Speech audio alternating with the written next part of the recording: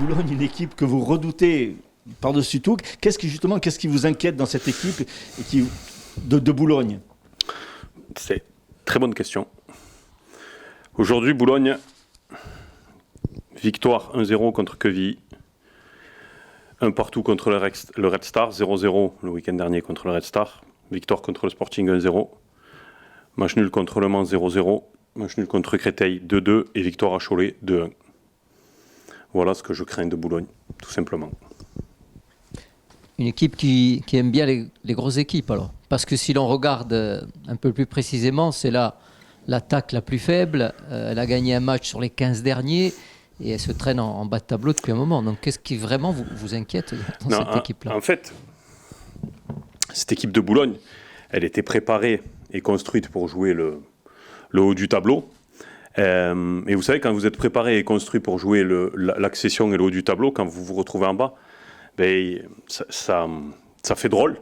Et les joueurs ne sont pas forcément, au moment où vous vous retrouvez en bas, prêts à jouer le maintien. Donc c'est une attitude à adopter et une déception à digérer, d'être capable de se mettre en mode maintien. Donc ça, c'est la première chose. Et comme c'était une équipe qui était construite pour jouer le haut du tableau, eh bien, comme par hasard, elle est performante contre les équipes du haut du tableau et elle a plus de difficultés contre les équipes, entre guillemets, du bas du classement. Mais c'est une équipe qui propose beaucoup de jeux jusque dans les 25-30 derniers mètres et il lui manque ce soupçon d'efficacité. Mais en qualité de jeu, c'est très très intéressant. Pour en revenir à la vôtre, l'équipe du Sporting, on est en phase de récupération. Voilà, les deux matchs sont rapprochés, mais je suppose que là, moralement, je dirais, cette victoire, il y a beaucoup d'avantages. Enfin, vous en retirez beaucoup de notes positives. Mais les victoires effacent beaucoup de fatigue. La dynamique positive efface plein de choses. Il faut, nous, le staff, rester vigilant sur les états de forme de chacun, pas forcément insister sur certaines choses, être capable à un moment donné de faire souffler certains joueurs.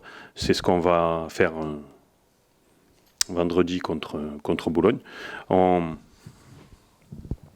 faut qu'on garde notre dynamique, c'est un match important qui peut nous permettre de continuer à bien avancer. Donc et puis c'est un vrai test pour nous, on le prend vraiment comme un test, puisque dans le jeu, j'ai dit que c'était performant.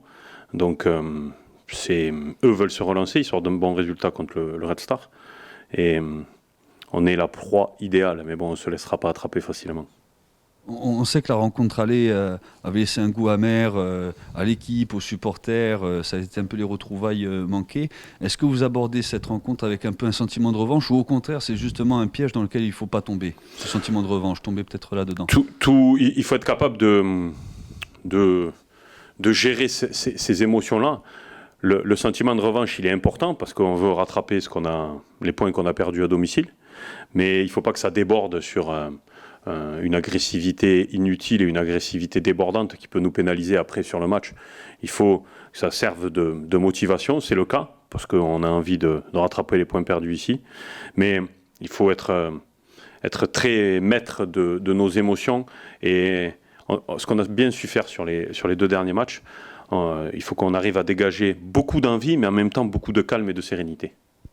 On a vu sur les derniers matchs un repositionnement d'Anthony Robic, utilisé plus en pointe de l'attaque. Peut-être qu'il ne sera pas demain, peut-être que vous allez faire tourner, mais néanmoins, ça apporte une facette supplémentaire à son jeu. Est-ce que ça rebat les cartes dans la hiérarchie des attaquants? Ça rebat les cartes, pas forcément, parce qu'on a la chance d'avoir deux attaquants de pointe pour l'instant très performants, puisque Benji est blessé. Donc c'est une bonne chose. C'est pas les mêmes profils de joueurs, donc ça nous permet de pouvoir varier notre. Quand je disais de surprendre autrement que par le système de jeu, c'est notamment par les hommes au poste, ça peut nous permettre de varier l'animation. Quand vous avez quelqu'un comme Sébastien Da Silva qui pèse beaucoup sur les défenses et qui est capable de garder les ballons, et quelqu'un comme Anthony Robic qui amène beaucoup de mobilité, ça peut permettre dans un match de changer notre fusil d'épaule. Donc c'est une solution très intéressante.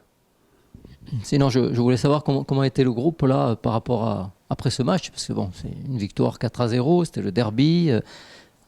Un bon coup d'appuyer au niveau des points, au niveau du championnat. Ouais, Comment on réagit, comment ils ont été cette Ben, la bonne humeur qui est j'allais dire la marque de fabrique de ce groupe-là, elle est toujours là. On sent des joueurs qui sont avec un très très focalisés sur le match suivant. Là, on n'a pas le temps de savourer. On n'a pas le temps de savourer cette victoire. On se remet de suite la tête dans le guidon. Non, les garçons, ils sont. C'est peut-être mieux comme ça aussi de ne pas partir forcément. Voilà, on n'a pas le temps, donc de fait, on se remet de suite au travail et on se met dans l'optique de préparer ce gros match qui nous attend. Ça peut être un des tournants de la saison.